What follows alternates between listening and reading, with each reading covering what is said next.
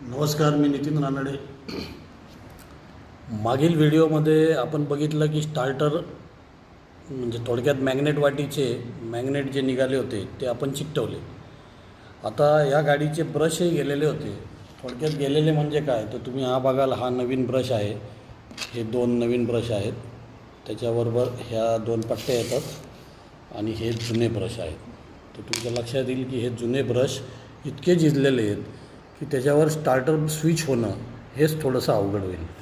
ज्यावेळी स्टार्टर बसत नाही त्यावेळी आपल्याला ब्रश बदलावे लागतात। याला आपण थोडक्यात कार्बन ब्रश, नाव ब्रश आहे, कार्बन ब्रश येते, कॉपर ब्रश, हे आपल्याला नवीन टाकावे लागतं।